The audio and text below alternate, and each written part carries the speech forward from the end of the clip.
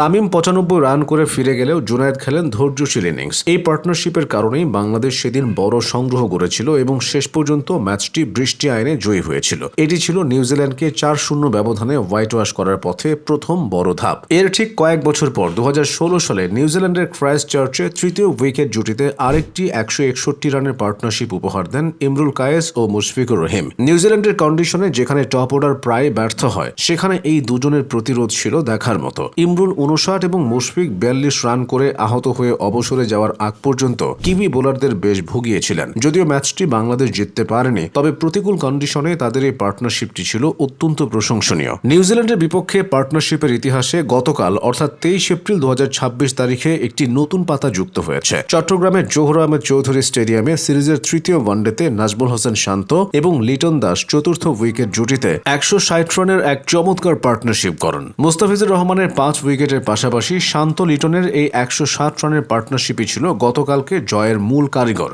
তালিকায় পরের দিকে রয়েছে 2015 সালের বিশ্বকাপে নেলসনের সেই রোমাঞ্চকর লড়াই। সেই ম্যাচে দ্বিতীয় উইকেট জুটিতে এনামুল হক বিজয় এবং তামিম ইকবাল মিলে 128 রানের জুটি গড়েছিলেন। এনামুল হক ইনজুরিতে পড়ার আগে 51 রান করেন এবং তামিম খেলেন 95 রানের দুর্দান্ত এক ইনিংস। যদিও সেদিন পাহাড়সম লক্ষ্য তাড়া করে বাংলাদেশ জেতেনি, কিন্তু কিউইদের মাঠে তাদের বোলারদের উপর ছড়ি ঘুরিয়ে 128 রানের সেই ওপেনিং স্ট্যান্ডটি বাংলাদেশের আত্মবিশ্বাস বহুগুণ বাড়িয়ে দিয়েছিল।